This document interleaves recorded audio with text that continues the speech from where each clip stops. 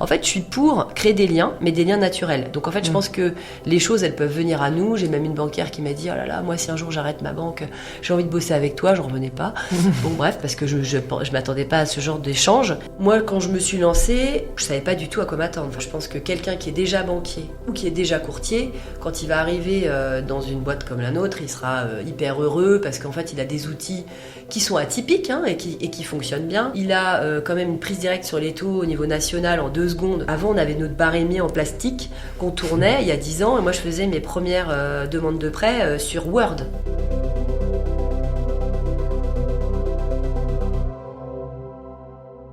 Bonjour, aujourd'hui on est avec Anne Malville qui est courtière, qui va nous dire beaucoup de choses sur la relation humaine et l'accompagnement et comment est-ce qu'elle fait son métier de façon qualitative et originale. Et du coup on est ravis de l'avoir avec nous. Bonjour Anne, merci d'être venue nous voir. Bonjour Audrey, je suis ravie d'être là. On va parler de pas mal de choses ce matin et on va parler surtout de toi, de ton métier de courtier, de comment tu le fais. Donc, est-ce qu'en 2 mots tu peux te présenter ? Alors, je suis Anne Malville. J'ai commencé le métier il y a déjà 11 ans. D'abord auprès d'une professionnelle qui était mon courtier de l'époque, que je trouvais assez géniale, pas forcément originale, mais en tout cas j'aimais bien sa façon d'appréhender ses clients, son approche, et je l'ai beaucoup recommandée. C'est-à-dire, elle faisait quoi comme qu'est-ce qu'elle avait de bien En fait, j'aimais bien, elle était dynamique, réactive, agréable, elle exerce toujours d'ailleurs, et j'aimais bien cette personne. Donc quand j'ai décidé, après 15 ans en production télé, en tant que directrice de prod, plutôt dans le film documentaire et dans la musique classique et autres, j'avais décidé de changer de métier, mais je me suis tournée vers des personnes avec lesquelles j'ai pu travailler ou être en relation. Donc j'ai essayé dans la com, dans d'autres domaines d'activité, et à un moment donné, je me suis dit, est-ce que je pourrais pas essayer de travailler peut-être à ses côtés et voir si le métier pourrait me plaire. Elle m'a dit que j'avais quelques aptitudes, notamment des compétences commerciales et autres, et que par contre le métier ça s'apprenait et que c'était pas un métier qui était donné à tout le monde, puisqu'il fallait quand même avoir un certain niveau d'études, pouvoir effectivement absorber le flux, avoir envie aussi de gagner de l'argent et que les débuts sont difficiles. Donc elle m'a donné les ficelles et elle m'a dit écoute, on n'a qu'à commencer à travailler ensemble pour que tu vois un peu l'univers. Et ensuite, au bout de 1 an et demi, on a décidé de s'arrêter parce qu'elle n'avait pas spécialement prévu d'embaucher. Donc je me suis retrouvée à aller dans une société plus grande pendant 6 ans et que j'ai quitté pour rejoindre le groupe Finspot. Trop bien. Et alors du coup, tu l'as dit vite, mais t'arrives du monde artistique. Alors j'ai un parcours lycée plutôt littéraire, trilingue, et j'ai fait pendant toute la période post-bac, j'ai fait un BTS en commerce international où j'étais beaucoup en stage. Donc j'ai travaillé pour un disquaire qui vendait à l'international, j'ai travaillé en Allemagne dans une société de chaussures qui concurrence Birkenstock. J'ai travaillé où j'ai créé d'ailleurs le premier site de commerce électronique chez eux. Je parle allemand et anglais, mais là-bas c'était l'allemand fluent. J'ai travaillé pour des sacs, des marques différentes où j'avais à la fois la casquette de commercial et puis j'ai vrillé sur le commerce des films télé. Donc je travaillais chez France Animation pour Titeuf et tout ça, pour le développement et la mise en vente de programmes internationaux. J'ai aussi fait du pitch de films asiatiques, japonais pour Canal. J'ai fait pas mal de choses. Et puis à un moment donné, j'ai basculé sur la production. J'ai commencé dans les films documentaires et ethno-animaliers dans une boîte qui s'appelle Z, où j'avais adoré collaborer. Ça se sent, cette fibre artistique dans ta façon de... Même presque dans la gestuelle, dans la façon dont tu parles et tout, c'est assez captivant. Comment est-ce que du coup, t'arrives vers quelque chose qui, alors, à part la personne qui t'a plu, qui n'est pas du tout artistique, à moins que je me trompe, c'est quoi le lien En fait, récemment, j'ai fait... je suis toujours accompagnée, mais par une psy-clinicienne du travail, parce que, il y a des moments dans nos vies où on est très up et il faut éviter de trop tomber bas, parce que notre métier, qui est quand même très formel, nécessite quand même une bonne prise en compte de notre monde, de notre où on en est aujourd'hui au niveau psychique, est-ce qu'on est bon ou pas, parce que si on se surcharge de travail, en fait, on peut faire n'importe quoi. Donc c'est un métier qui est extrêmement normé, avec beaucoup de codes. Et moi, ce que j'ai aimé dans cette transition, c'est que avant mon métier, c'était d'amener une équipe de tournage, enfin de mener un projet de A à Z, avec la possibilité donc déjà de décrypter un scénario ou un concert, enfin voilà, c'est travailler sur une base, aller jusqu'au point Z, jusqu'à générer des marges quand on pouvait, mais surtout c'était essayer sur une durée assez longue, des fois c'est 3, des fois c'est 6 mois, sans trop de heures à l'arrivée.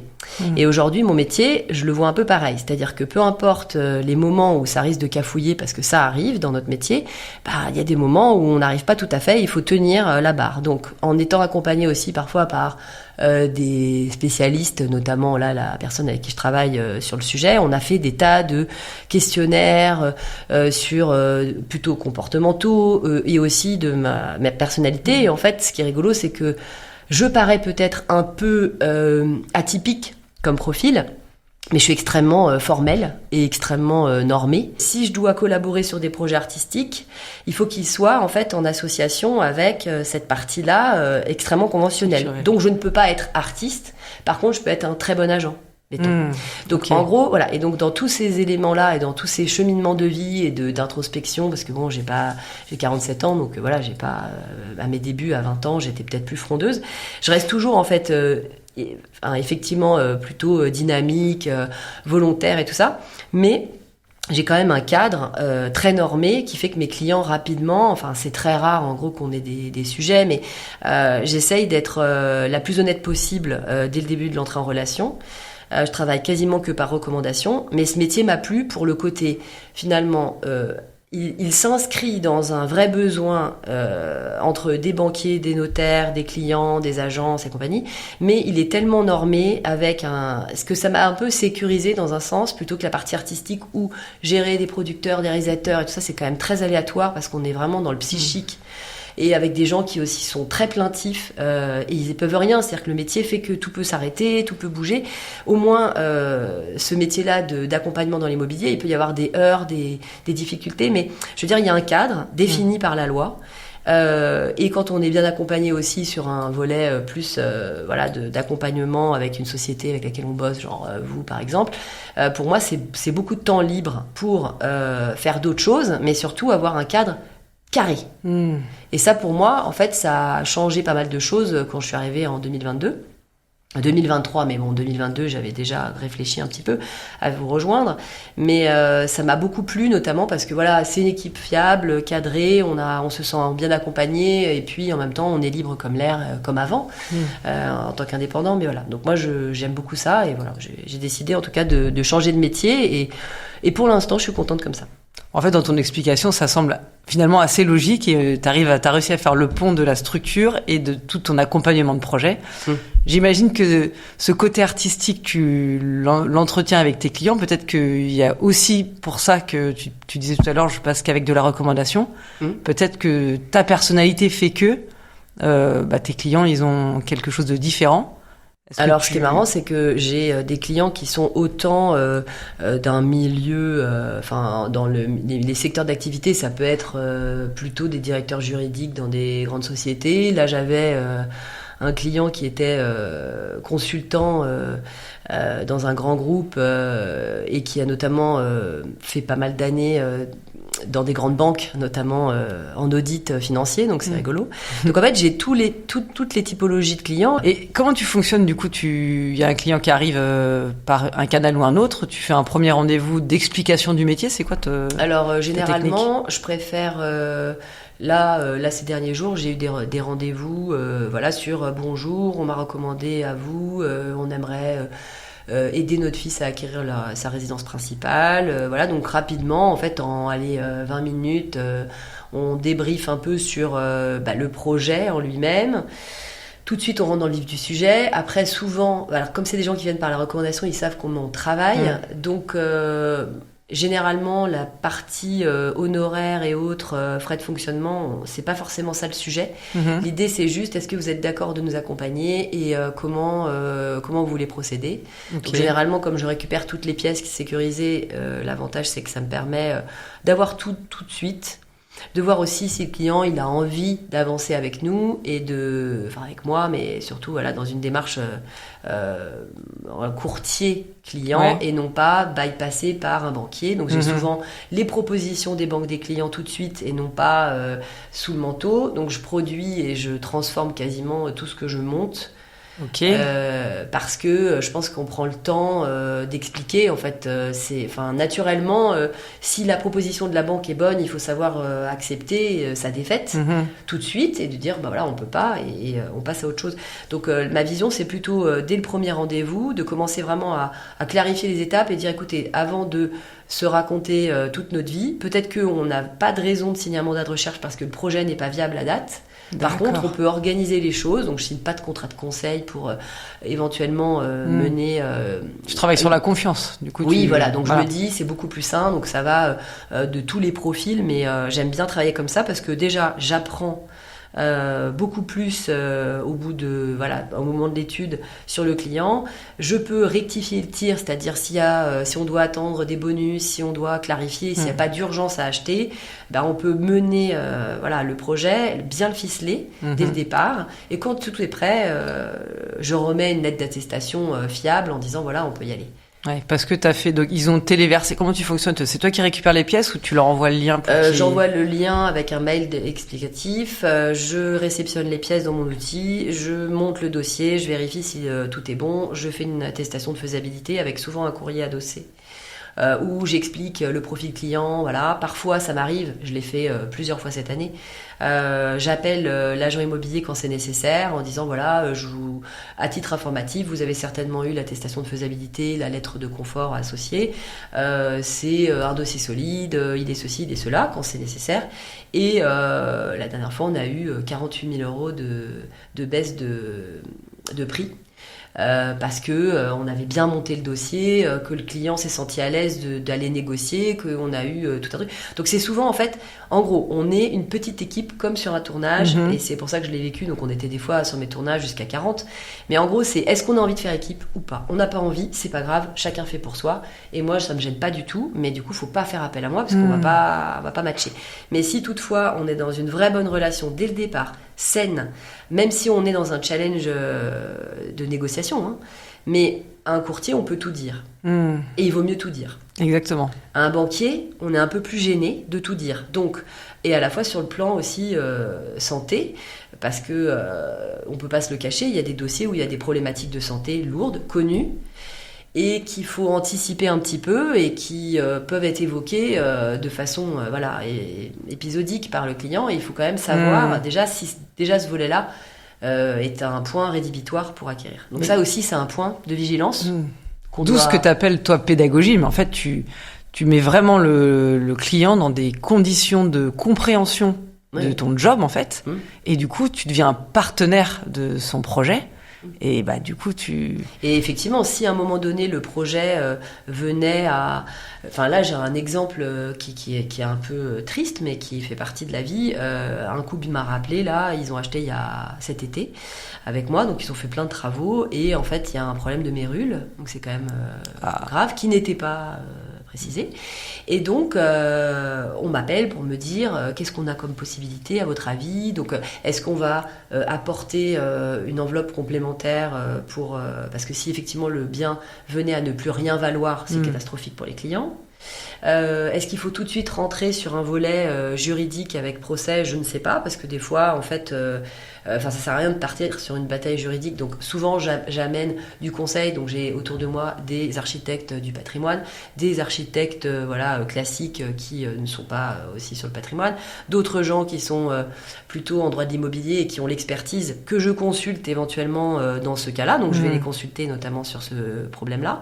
Et puis voir en fait comment on peut démêler des situations, c'est-à-dire même post-achat, parce que la banque, encore une fois, elle va être monoproduit. Elle va peut-être dire, écoutez les gars, à part un report d'échéance, je peux rien vous proposer. Mais moi, mon devoir de conseil aussi, c'est de savoir expliquer à un client, Peut-être que là, il n'y a pas d'autre choix, mais c'est à prendre parce que sinon, c'est banqueroute et puis vous n'allez pas dormir et puis il faut se reloger et puis voilà.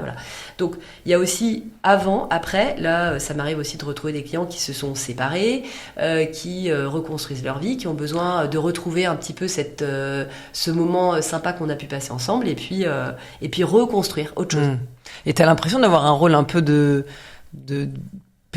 au-delà de ta pédagogie du métier, un peu de psychologique, un peu d'assistant. Quelque part, moi j'aime bien. Alors l'idée c'est, je vais pas donner mon avis perso sur une situation. Par contre, je vais essayer en les écoutant. Donc c'est pour ça que je fais quand même des rendez-vous qui peuvent durer un peu à la demande des clients, parce qu'avant j'arrivais pas à closer. Je closais pas les rendez-vous, donc c'était catastrophique parce que des fois ça restait 1h30 dans mon bureau et j'arrivais pas à closer parce que j'étais gênée de mettre les gens dehors. Je savais pas trop, je débutais et tout ça. Aujourd'hui, en fait, l'idée c'est plutôt de se dire, bah voilà, on fait un point d'étape. Est-ce que j'ai une bonne compréhension de votre projet ? Après, parfois, je suis proactive et je vais aller chercher, par exemple, du confort. Donc, si je sens qu'il y a des clients qui sont, là j'en ai en ce moment, ils déménagent de Paris, ils vont vivre en province, il y a un battement de 15 jours entre les deux maisons, ils vont être en vacances, super, ils ont trouvé tout ce qu'il fallait, mais il va y avoir des travaux. Est-ce qu'ils sont prêts à enchaîner crèche, plus mise en place...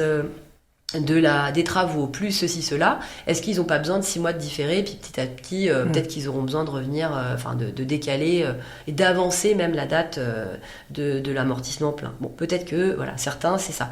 D'autres, c'est, ils n'ont pas pensé que s'ils gardaient de l'épargne, c'était pas bête, parce qu'aujourd'hui, l'épargne, reconstruire 20 000 euros, reconstituer tout ça, ça coûte.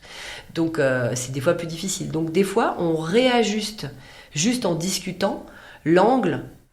Et pas juste pour faire un crédit plus gros pour gagner plus d'argent, parce que parfois ça n'est pas ça le sujet. C'est plutôt de se dire en fait à quoi on a pensé, comment et est-ce qu'on a toujours une longueur d'avance sur la demande du client, et est-ce qu'on n'est pas justement au moment où on fait une propale, est-ce qu'on n'est pas finalement en deçà des attentes. Est-ce que tu t'es dit un jour, tiens, je vais transmettre ma façon de faire du courtage en développant une propre équipe de courtiers? Est-ce que ça peut être quelque chose qui t'intéresse? Alors en fait, pour être clair, l'année passée, en fait, j'ai eu une année un peu difficile où j'avais plus trop envie de travailler forcément sur des axes de développement très forts. Je m'étais dit voilà, je vais travailler, je vais un peu réduire la cadence parce qu'en fait notre métier, juste pour en parler, avec tous les aléas, moi ça fait depuis donc 2015 que je me suis formée, puis après j'ai vraiment travaillé en équipe à partir de 2017, mais en 2015-16 j'étais avec mon ancienne courtière. Et donc à l'époque en fait je m'étais dit j'arrive pleine balle, ça commence, le marché est dingue, c'est super et tout, donc si tu veux tu commences tout feu tout flamme, c'est super, t'as plein de dossiers, au début t'en as 0 et puis t'en as des milliards qui arrivent et tout, donc c'est formidable. Et puis la crise 2020, ça a été un peu stop and go, donc t'es dans ton jardin, tu t'as pas de boulot, t'as pas de banque, t'as pas de rémunération parce que en fait les boîtes se sont arrêtées de tourner, mais même tes propres boîtes. Donc on dit faut falloir attendre, donc ok, donc tu penses à la facturage, à tous ces trucs, bon bref, donc c'est un peu le néant. Et puis ça repart, mais ça repart de façon très épisodique, ça marche pas trop. Donc tu t'attends à ce qu'il y ait des gros moments aussi de panique, des aléas, des difficultés. Donc l'année passée, j'étais pas forcément destinée à me développer beaucoup. Déjà à titre perso, en produisant beaucoup. Finalement, l'année était tout à fait convenable. Donc et puis vraiment dingue par rapport à ce que j'avais pu connaître et tout. Donc j'étais contente. Et cette année, je me suis dit je peux peut-être me mettre dans une recherche et travailler avec d'autres gens, mais j'avoue que je sais pas encore. Avec qui j'aimerais grandir, enfin quand je dis grandir, vraiment faire grossir mon petit cheptel perso, parce qu'en fait j'aimerais aussi des gens un peu originaux, mais en même temps il faut qu'ils soient assez formels, donc c'est un peu compliqué, parce que voilà, et après j'ai pas encore pris le temps vraiment de développer, et j'avoue je sais pas trop qui solliciter, parce qu'en fait je vois qu'il n'y a pas de modèle particulier. J'ai échangé avec plein de personnes, notamment sur ce sujet et tout ça. Et en fait, j'ai pas envie de démobiliser des troupes qui sont bien garnies ailleurs. Mais je pense que, comme un peu tout, les choses peuvent aussi venir à elles. Les choses peuvent venir toutes seules à moi ou voilà. Donc pour l'instant, je sais pas. J'ai envie, mais j'aime me dire aussi que comme je produis beaucoup, il faut que j'ai du temps pour les autres un peu aussi. Donc pour le moment, c'est un peu flou. Parce que tu te dis pas, y a quelqu'un qui a eu ce rôle-là pour toi, la courtière Exactement. que tu as rencontrée. Ouais. Qui ne voulait pas manager à la base. Elle m'avait dit non, moi je manage pas. C'est une rencontre. Ouais. Et puis, en fait, le truc, c'est que c'est pas évident d'avoir du temps. Ben, déjà, est-ce que c'est intéressant d'avoir des gens qui sont pas sur notre secteur d'activité? Pourquoi pas? Enfin, le secteur Paris ou autre, pour moi. Mais en fait, pour le moment, j'aimerais bien recruter des gens avec qui travailler, mais je veux pas le faire de la façon la plus classique possible, c'est-à-dire les réseaux sociaux, les machins, puisque je n'aime pas vraiment les réseaux sociaux. J'ai d'ailleurs fait une formation il y a pas longtemps avec la BPI, réseaux sociaux, Instagram, LinkedIn et tout ça. En fait, je suis pour créer des liens, mais des liens naturels. Donc en fait, je pense que les choses, elles peuvent venir à nous. J'ai même une banquière qui m'a dit, oh là là, moi si un jour j'arrête ma banque, j'ai envie de bosser avec toi, j'en revenais pas. Bon bref, parce que je m'attendais pas à ce genre d'échange. Notamment, on venait de finir un super dossier ensemble et tout ça. Donc je pense que j'ai envie de constituer une équipe et j'en suis capable. Et c'est, je pense, ce qui manque par rapport à tous les tests de psychométrie qu'on a fait. C'est-à-dire qu'en fait, moi, j'aime les équipes. J'aime insuffler quelque chose, mais j'aime bien aussi... alors, j'aime autant diriger des équipes que de laisser les gens aussi se dépatouiller. Mais par contre... En gros, si j'ai déjà fait une expérience de mentoring et j'avais pas forcément été dans l'axe, mais notamment parce qu'en fait, si on me sollicite et que j'accompagne quelqu'un, je pense qu'il faut écouter ce qu'on nous dit et non pas faire à sa sauce. Si on fait à sa sauce, on a quand même un devoir de responsabilité qui est de dire, bah en fait, si tu n'écoutes pas mes conseils, alors on peut pas matcher, ça peut pas avancer. Donc, ce qu'il faut, c'est trouver quelqu'un avec qui ça match et avec qui on a envie de passer un peu de temps quand même. Et donc, il faut se reconnaître dans les gens et je pense que plus c'est atypique et plus c'est riche. Mais je pense qu'il faut trouver la personne. En tant que courtier, est-ce que tu as un canal pour te tenir informé sur des informations sur le métier, sur l'IMO, sur la finance et tout ça? Ou c'est quoi comment tu fais pour t'en parler avec les banquiers? C'est plutôt relationnel, en fait, qui te donne des infos. Ouais, plutôt ça. Parce qu'en fait, au quotidien, à part lire Courrier International et Le Monde, j'avoue que je ne me pollue pas avec l'actu. Alors après, au sein de la structure, on a quand même un petit update des conditions d'octroi, des difficultés. Donc effectivement, on est quand même assez nourri régulièrement de l'actualité. Mais par exemple, là-dessus, ça me vient comme ça parce que voilà. Hier, j'étais avec un notaire au téléphone à qui j'indiquais que pour moi, c'était assez dynamique. Et lui, il m'a dit, c'est formidable, je pensais que c'était plombé. Ben non, en fait, c'est pas parce qu'on a un angle de vue, un notaire va dire ah là là, en ce moment c'est dur. Oui, ils n'ont pas pris de dividendes, les notaires associés, la plupart d'entre eux n'ont pas vraiment eu des années folles, ces derniers mois. Mais je trouve que en fait, ça repart avec un peu de discernement. Les taux, ils sont à temps. On va pas pouvoir négocier des conditions extraordinaires, sauf des petits coups d'éclat. J'ai fait 2,85, 25 ans au mois de février-mars. Waouh, génial, ok, bon, c'est remonté entre-temps. Dommage pour certains. Mais en fait, il faut aussi se dire que si on commence à regarder l'actualité en temps réel tout le temps, non seulement nous, on est plombé, parce que en fait, c'est aussi notre gagne-pain. Et l'actu, si elle nous plombe, on n'est pas très proactif. Donc, et puis c'est pareil, quand je fais des attestations de faisabilité, je fais jamais des attestations à la casse, avec des taux bas pour attirer un client vers moi. Je dis les choses, on aura peut-être mieux que ce que j'imagine, mais si les taux venaient à augmenter, on sera pas trop loin de la réalité.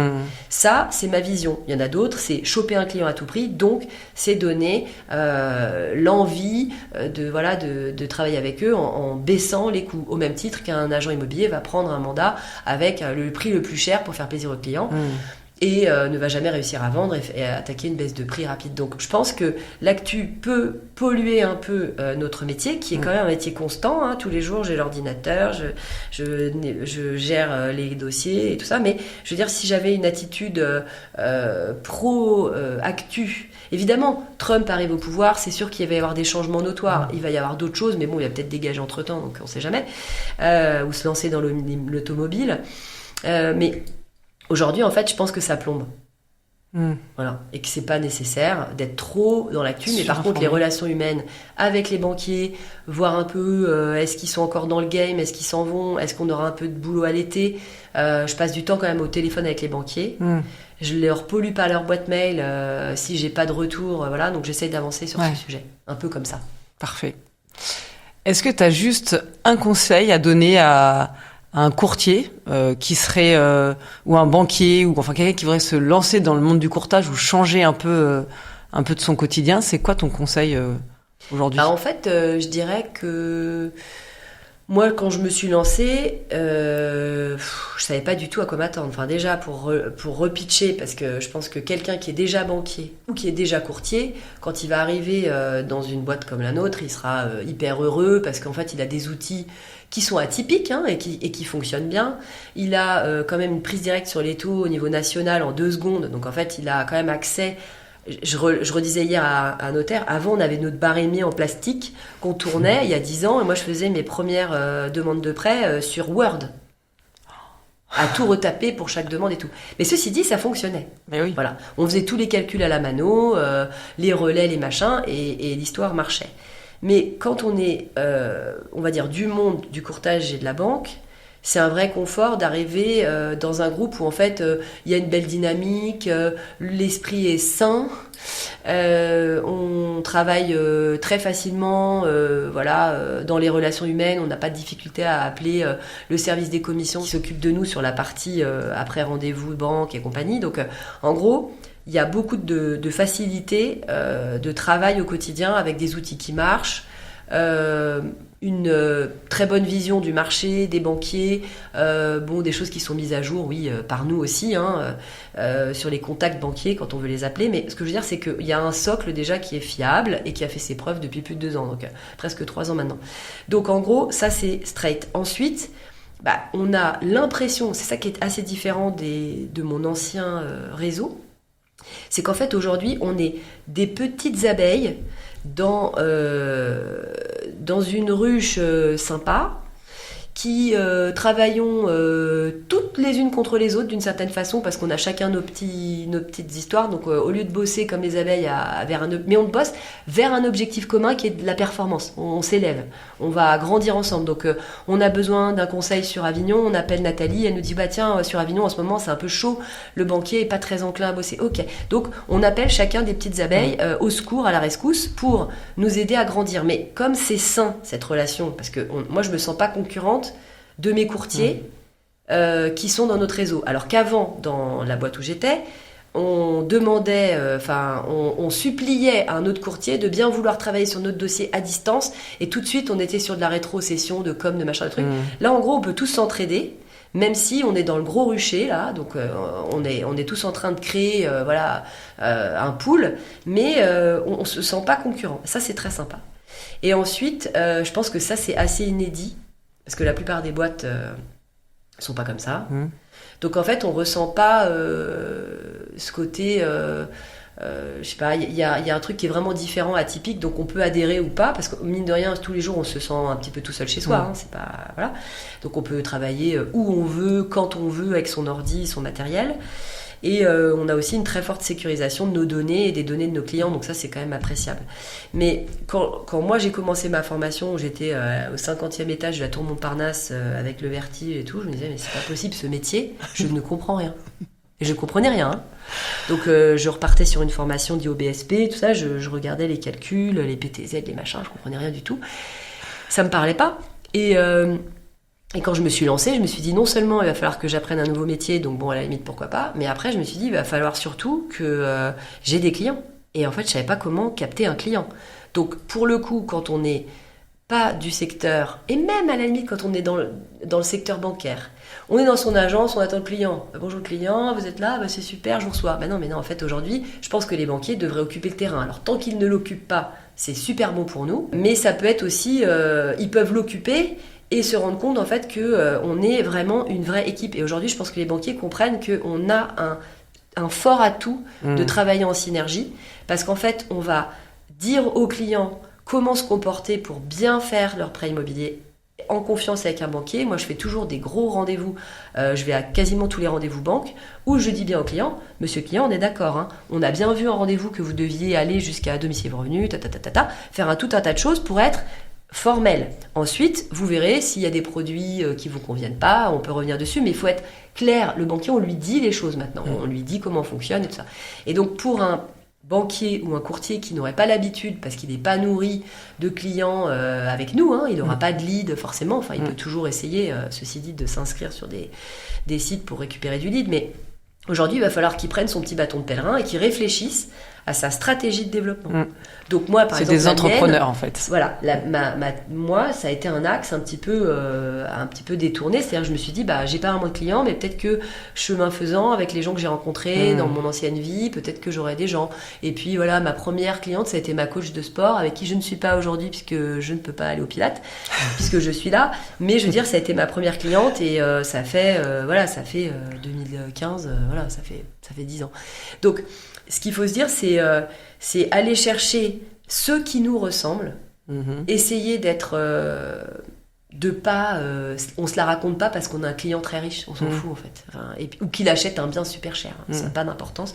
Moi je trouve qu'on doit avoir le même niveau d'accompagnement avec un tout petit projet difficile qu'un énorme je pense qu'en fait il faut avoir un peu de maturité et de hauteur, de prise de hauteur, parce qu'un client ça reste un client, qu'il soit très riche ou pas. L'objectif c'est de l'amener à bon port, sinon il faut pas prendre son dossier. Ensuite et il faut avoir envie. Aussi on va se prendre des murs à des moments. Moi par exemple, les expériences que j'ai pu avoir en agence immobilière, j'ai pas trop aimé et je me suis dit après tout j'ai pas besoin. Donc c'est pas comme ça que je fonctionne, mais par contre j'ai envie de travailler avec des professionnels du secteur qui sont plutôt dans d'autres domaines, donc dans les domaines juridiques, où je trouve qu'il y a des vraies passerelles, avec des conseillers en gestion de patrimoine, où je trouve qu'il y a des fois des choses à dégrossir ensemble, et puis des synergies. Et puis voilà, c'est d'autres canaux d'acquisition. Et j'ai fait des réunions, on avait fait un rendez-vous avec Fred pour présenter l'activité, donc un SaaS, ensemble. Et en fait, il y avait vraiment tout le monde autour de la table. Et je trouvais que c'était intéressant de se dire, toi, quel est ton secteur d'activité ? Ok, la finance. Tu étais trader avant et tout. Tu as forcément dans ton pool des gens que tu as pu rencontrer, essaye de les lister. Ou est-ce que tu as, un réseau, de personnes qui sont dans le patrimoine et t'aimerais bien, leur dire que tu fais ce métier. Et donc je pense qu'en fait, on devrait tous essayer de se créer un petit univers, même avec un mood board et tout ça, de gens, d'univers avec lesquels on se sent bien de bosser. Parce que chacun sa patte, chacun sa vision et son univers. Et on peut pas tous fonctionner pareil. Ouais. Voilà, ça c'est mon avis. Ah oui, je pense que c'est une très belle synthèse d'ailleurs de ce que tu vis. Tu as créé ton monde de courtier avec ta façon de faire, ton petit écosystème et tu conseilles aux autres de même si effectivement il y a eu des années difficiles et que tout n'est pas aussi rose, mais par contre je trouve que quand on est bien droit dans ses bottes, qu'on vend des produits qui sont de qualité et qu'on sait bien les expliquer, en fait naturellement on peut avoir des délais, je peux pas toujours tout faire en même temps, 15 dossiers d'un coup, c'est pas possible, mais par contre j'essaye d'avoir la même approche et la même sensibilité aussi. J'ai eu des clients au téléphone qui pleuraient, des clients qui se séparent où il y a des moments difficiles. Mais en fait, l'objectif, c'est d'essayer de redonner du sens pour plein de gens. Donc après, on pourra appeler ça coaching, machin. Moi, je vois plutôt ça comme une... on synthétise en fait le parcours des gens en ayant en tête évidemment leurs besoins. Et puis même il y en a certains qui veulent aussi des fois se relancer sur une nouvelle activité. Donc il faut garder de l'épargne, il faut réfléchir à comment on va se recentrer. Voilà. Donc j'aime bien en fait bien synthétiser et puis partir du bon pied. Voilà. Eh ben merci beaucoup Anne, c'était hyper intéressant. Donc on a eu plein de sensibilité, plein d'humanité dans tout ce que tu dis, plein de coaching et c'est vraiment une façon vraiment à toi de faire ça et ça marche très bien, donc félicitations. Merci. Je vous donne rendez-vous pour notre prochain épisode sur notre chaîne YouTube. À très bientôt, merci.